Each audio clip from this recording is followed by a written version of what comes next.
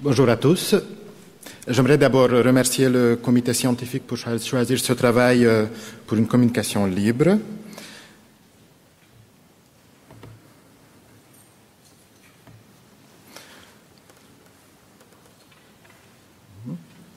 Messieurs de la régie, vous pouvez mettre Baudry.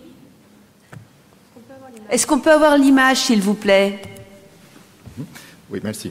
Je vais vous présenter notre expérience à Barcelone avec don d'ovocytes chez les receveuses affectées de syndrome de Turner. En 2005, nous avons déjà publié une série portant sur 30 cycles et 21 receveuses Turner. Cette fois-ci, je vais vous présenter cette même série qui a été mise à jour avec plus de 100 cycles réalisés.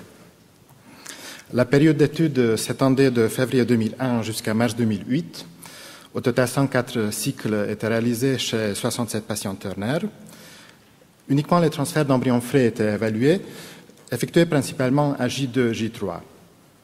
Dans 32% des cycles, un transfert d'un embryon unique a été réalisé, tandis que 2 embryons ont été transférés dans 54% des cas. Le taux de grossesse évolutive avec 2 embryons transférés a donné un résultat qui est tout à fait acceptable, 36% de taux de grossesse évolutive, ce qui correspond aux résultats obtenus dans d'autres indications de don d'ovocytes. Par contre, le taux de perte au premier trimestre, notamment les grossesses biochimiques, était important, incluant tous les cycles, ce qui suggère une réceptivité utérine altérée chez les receveuses Turner. Le taux global des grossesses multiples était de 25%. Au total, 25 accouchements ont eu lieu, avec 2 accouchements qui sont toujours en cours au 3e trimestre. Vous avez remarqué que dans notre série, dans 32% des cas, un transfert d'un embryon unique a été réalisé. À notre connaissance, il n'y a pas d'étude publiée dans la littérature qui a évalué l'efficacité de stratégie 7 chez les receveuses Turner. C'est pour ça que nous avons mené une étude rétrospective récemment, qui vient d'être publiée sur Fertility and Sterility. Nous avons comparé 31 cycles de transfert d'un embryon unique chez les receveuses Turner avec 31 autres cycles de contrôle chez les receveuses non turnériennes, où la qualité de l'embryon transféré était la même. Les transferts étaient effectués au stade de clivage à J2, J3. Sur ce tableau, vous pouvez voir qu'on n'a pas trouvé de différence dans la durée de la préparation endométriale, dans l'épaisseur de l'endomètre, dans le nombre des ovocytes attribués ou le nombre des ovocytes mûrs injectés pour l'ICSI. Le nombre des ovocytes fécondés ou le nombre des embryons congélés était plus bas dans le groupe de contrôle, étant donné que le transfert d'un embryon unique était conditionné par le fait qu'il y avait simplement moins d'embryons disponibles dans ce groupe. Néanmoins, la qualité de cet unique embryon transféré était la même entre les deux groupes par définition. Les résultats en termes de taux de grossesse avec bêta-HCG positive initialement étaient comparables entre les deux groupes.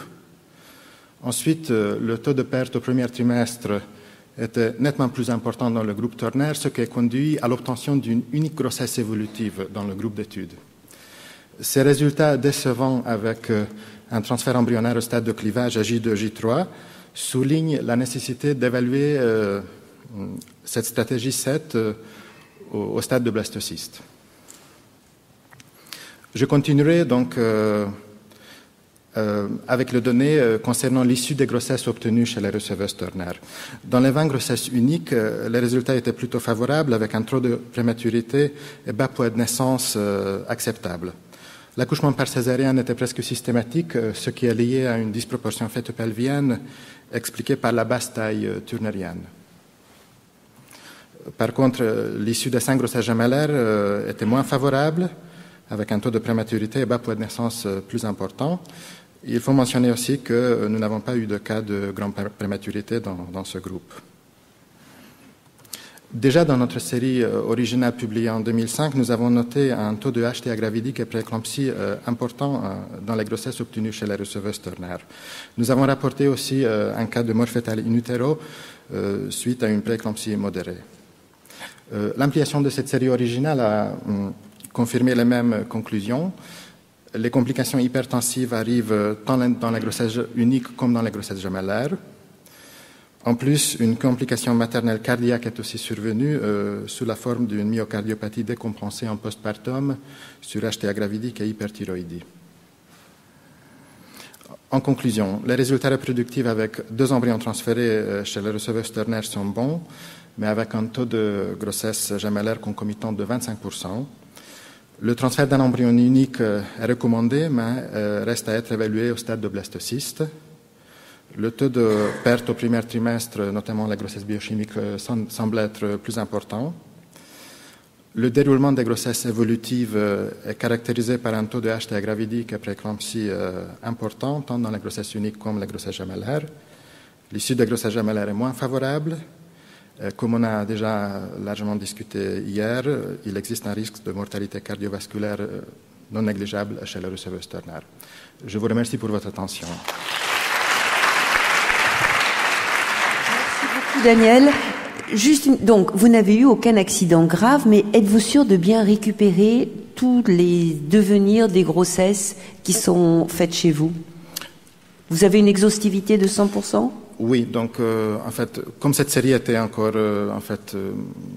pas extrêmement large, donc nous avons contacté les obstétriciens directement, donc on a obtenu des comptes rendus détaillés, donc là, c'est 100%. Nous nous efforçons de recueillir les données de grossesse en fait qui sont donc obtenues chez nous, donc mais c'est faisable en fait, donc si la série est limitée. Questions dans la salle ou commentaires?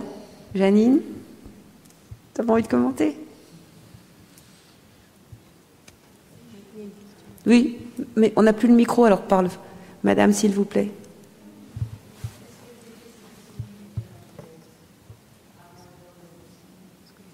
Est-ce que les patientes étaient sélectionnées? Avait-elle eu un bilan cardiovasculaire? C'est ce que ça veut dire? Oui, donc, je ne sais pas qui a posé la question. Naturellement, donc, on s'est penché sur ce problème depuis déjà 2005. Donc, chaque patiente a eu donc un bilan complet, donc comportant aussi donc un examen cardiovasculaire donc par un cardiologue, incluant donc systématiquement donc une échocardiographie, voire une IRM aussi.